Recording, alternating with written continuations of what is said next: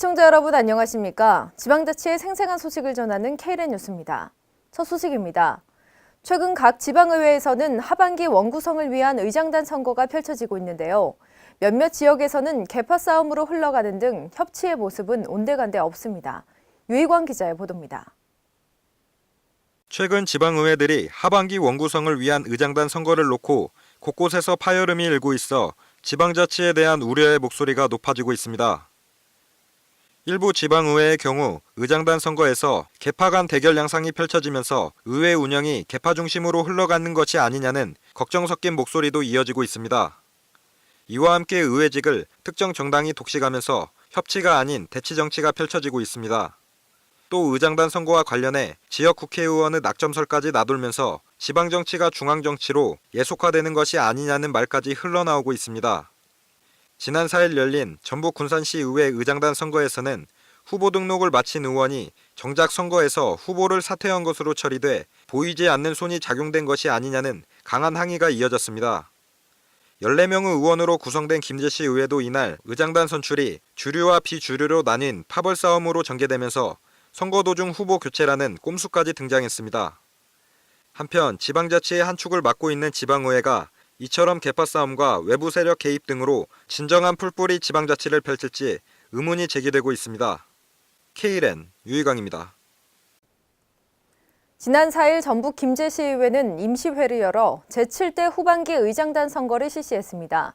의장의 나병문 의원을, 부의장의 김봉남 의원을 각각 선출했습니다. 특히 의장 선출에서는 동일표가 나와 접전을 벌였지만 연장자 순에 의거한 의회 규칙에 따랐습니다. 김순균 기자의 보도입니다. 제7대 전북 김제시 의회 후반기 의장에 나병문 의원과 부의장의 김봉남 의원이 선출되었습니다. 시의회는 4일 제200회 임시회를 열어 재적의원 14명 중 총 14명의 의원이 참석한 가운데 무기명 투표 방식으로 의장, 부의장 선거와 함께 3개 상임위원회 위원장 선거를 실시했습니다.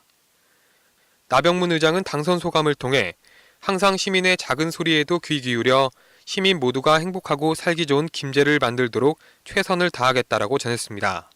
또한 김봉남 부의장은 당선 인사를 통해 신임 의장과 함께 의원 상호 간의 화합을 도모하고 부의장의 역할을 성실히 수행하겠다라고 말했습니다. KLN 김승균입니다. 현재 세종시에 있는 새만금 개발청이 9월 중에 임대 계약이 만료됨에 따라 향후 청사 이전이 시급한 과제로 대두되고 있는데요.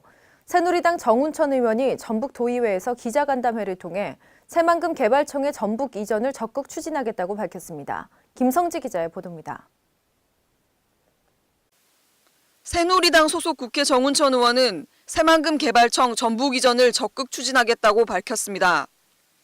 정 의원은 4일 전북도의회에서 열린 기자회견에서 새만금의 향후 성패는 현장에서 기반시설을 계획대로 진행하는 것과 국내외 투자를 많이 끌어들이는 것에 달려있다며 전북 이전을 조속히 추진하겠다고 말했습니다. 이어 정 의원은 2017년도 국가 예산에 청사 이전 예산을 반드시 확보해 전북 이전을 차질 없이 추진하겠다고 약속했습니다. 그는 새만금 국제공항과 관련해 새만금의 한중 경협단지가 조성되고 도레이, OCI, 솔베이 등 국제 규모의 기업들이 들어서는 만큼 항공물류를 소화하기 위해 국제공항이 꼭 필요하다고 주장했습니다. 또한 새만금 발전 방향과 관련해 15에서 20여 명의 국회의원이 참여하는 동북아 발전특위를 구성해 새만금 사업을 적극 지원할 의사를 밝혔습니다. KLN 김성지입니다. 이달 1일부터 7일까지 일주일간 2016 양성평등 주간을 맞아 대전광역시는 지난 4일 기념식과 여성대회를 개최했습니다. 일과 가정이 양립해 가족 행복을 구현하자는 취지로 개최됐는데요. 유희광 기자의 보도입니다. 대전광역시가 오는 7일까지 양성평등 주간을 맞아 지난 4일 시청에서 양성평등 주간 기념식과 여성대회를 개최했습니다. 남성과 여성이 함께하는 일 가정 양립, 가족 행복 활짝 대전경제 쑥쑥이라는 슬로건으로 열린 이번 행사는 여성과 남성이 하나 되어 일하는 건강한 대전을 만들기 위한 목적으로 마련됐습니다. 특히 행사에서는 시민들이 하나 되어 일 가정 양립을 위해 적극 노력하겠다는 의지가 담긴 퍼포먼스를 연출하는 등 여성친화도시 실천 결의문 낭독을 통해 여성친화 허브도시 대전 구현을 위한 결의를 다지는 시간을 가졌습니다. 권선택 대전시장은 축사를 통해 양성평등 실현 및 여성 발전을 위해 시정 곳곳에서 활동하고 있는 여성 지도자들에게 감사하다며 지금까지 해왔던 것처럼 앞으로도 가정양립 최고 도시로서의 대전을 실현하기 위해 적극 노력하겠다고 말했습니다.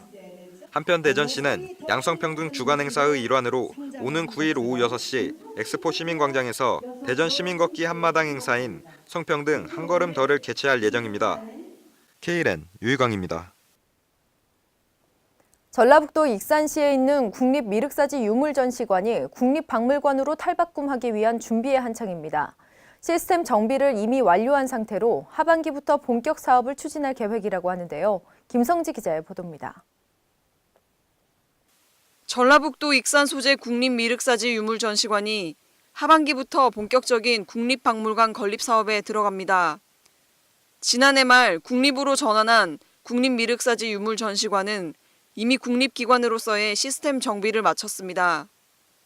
국립미륵사지 유물전시관은 올해 1월 말 전라북도로부터 건물과 토지 물품 등에 관한 공유재산 인수 작업을 끝냈습니다. 현재 미륵사지 유물전시관은 사적 미륵사지에서 출토된 유물만을 전시하고 있습니다. 향후 개관하게 될 국립익산박물관에서는 당연히 미륵사지 유물이 중심입니다만은 청동기 시대 문화 중심이었던 익산의 모습, 그리고 마한 소국의 지방 거점이었던 익산의 모습, 그리고 백제 멸망 이후에 여전히 부흥의 터전으로서 작용하고 있었던 익산의 모습을 함께 보여줌으로써 명실상부한 이 지역의 대표 문화기관으로 역할을 다할 것으로 생각합니다. 또한 익산 미륵사지에서 출토된 국가기록문화재 1,452점을 인수한 데 이어 전주 박물관에 위탁된 문화재도 하반기 중에 40% 정도 인수를 마칠 계획입니다.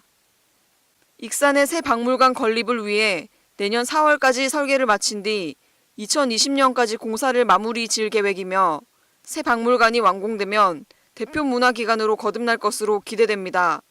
KLN 김성지입니다. 특정 분야에만 활용되던 드론이 활용 범위를 넓히고 있습니다.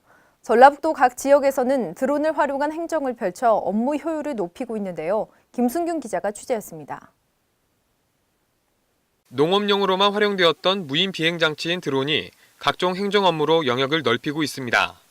국토교통부의 무인 비행장치 지적 제조사 실험 사업에 발맞춰 전라북도의 각 지역에서는 드론을 활용한 행정 활동이 많아지고 있습니다. 먼저 전라북도 완주군에서는 드론을 활용해 타 부서들의 업무 추진에 필요한 자료 취합 및 보도자료 제작과 하천 정비 입체 영상 등 다양한 분야에 적극적으로 이용하고 있습니다.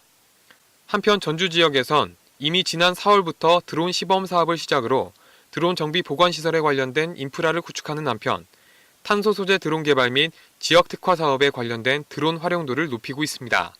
이외에도 드론 기술은 각종 재난 발생 시 현장 확인은 물론 재난 사전 대비 활동과 재해 예방 사업장 관리 등 편의 토지 조사 등에 요긴하게 쓰일 것으로 기대하고 있습니다. 전북 행정 관계자는 드론을 활용해 기존 예산 비용 절감과 더불어 각종 실무 업무에 다각화를 꾀할 수 있다는 점이 장점이며 앞으로도 드론을 활용할 수 있도록 지속적인 검토가 이루어질 전망이다라고 말했습니다. KLN 김승균입니다. 이상으로 KLN 뉴스를 마칩니다. 시청해주신 여러분 고맙습니다.